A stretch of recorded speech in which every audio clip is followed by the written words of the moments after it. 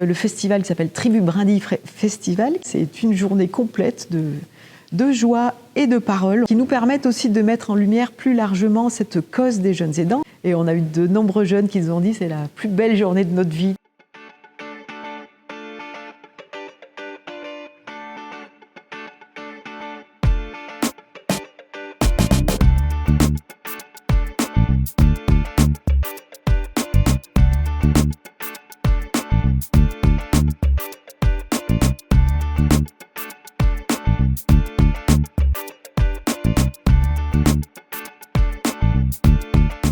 Cela nous est à la Pause Brindille insupportable, et de faire comme si tout était normal, qu'aujourd'hui, des gamins de 9 ans, de 12 ans, de 20 ans soient aussi sollicités pour accompagner leurs proches. Aujourd'hui, il y a de moins en moins de place, les temps d'hospitalisation sont de moins en moins longs, et donc tout est supporté par la famille avec un épuisement qui se porte sur ces proches-là et qui se porte également sur ces jeunes.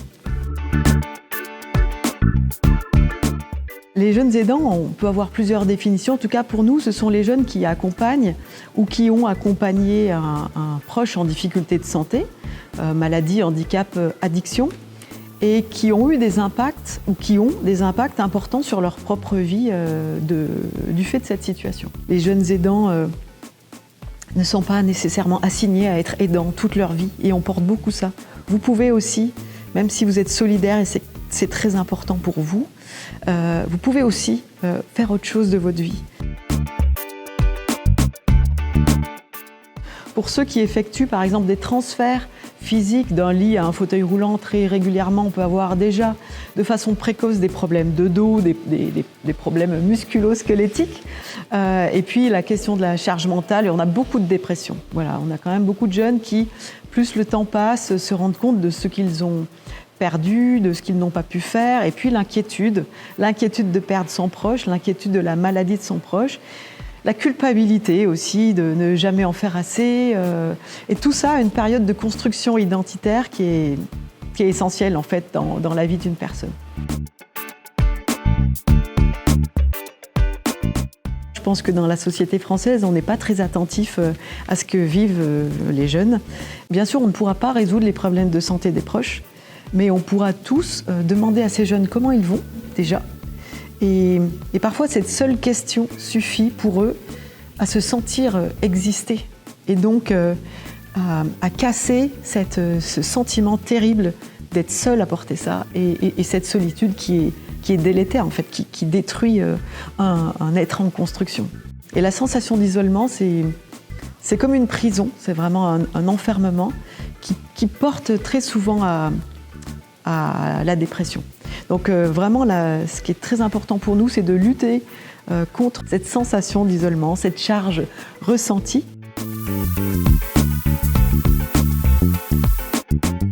On a plusieurs façons d'accompagner les jeunes. Donc, on a d'abord mis en place dès le début une ligne d'écoute, mais dans les faits, c'est plutôt un chat parce que les jeunes n'utilisent pas leur téléphone pour appeler. Et puis, on a des événements en présentiel. On a créé le premier festival français des jeunes aidants.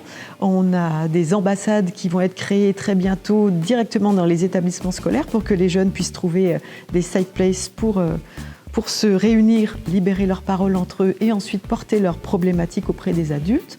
On a des programmes qui sont plus spécifiquement dédiés sur les jeunes aidants des quartiers populaires.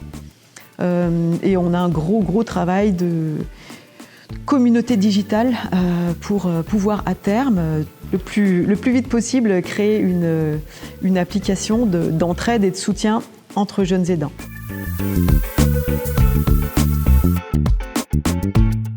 Oui, la Pause Brindille, ça vient d'une histoire personnelle. Comme souvent dans les entreprises sociales, je venais de vivre, moi, une période difficile de ma vie. Enfin, j'étais encore dedans. Donc, maman de 2 enfants, dont je dis souvent une en situation d'adolescence et une en situation de handicap. Voilà, ça faisait plus de 10 ans que je m'occupais essentiellement de ma deuxième. Je lui consacrais l'essentiel de mon temps libre. Et enchaînement de situations, je suis tombée moi-même malade.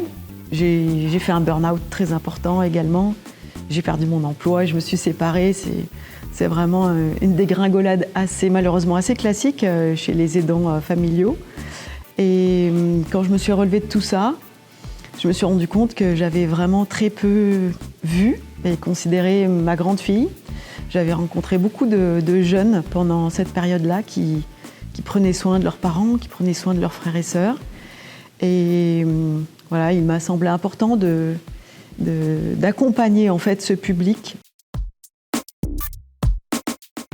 Je ne supporte pas en fait de voir quelque chose qui est une difficulté partagée par plein de gens, qui fait souffrir du monde en fait, et de ne pas essayer de trouver des réponses. C'est quelque chose en fait qui m'est impossible. Ma définition d'un intrépide, c'est quelqu'un qui, malgré les difficultés qui vont se présenter, tente. Voilà, ne se résout pas à la difficulté. Personne ne nous attend. On ne nous attend pas en disant « bienvenue, on n'attendait que toi ». On doit convaincre de l'importance d'un problème pour que les pouvoirs publics puissent derrière aussi développer des solutions avec nous. Rhône-Alpia, pour moi, c'est ce qui m'a permis de sauter dans le grand bain. C'est un incubateur de proximité, donc voilà, qui était à côté de chez moi, dans ma région, qui m'a permis de rencontrer aussi un écosystème local. Et j'avais vraiment besoin de ça pour justement créer ce collectif et pour rompre ma propre solitude d'entrepreneur social.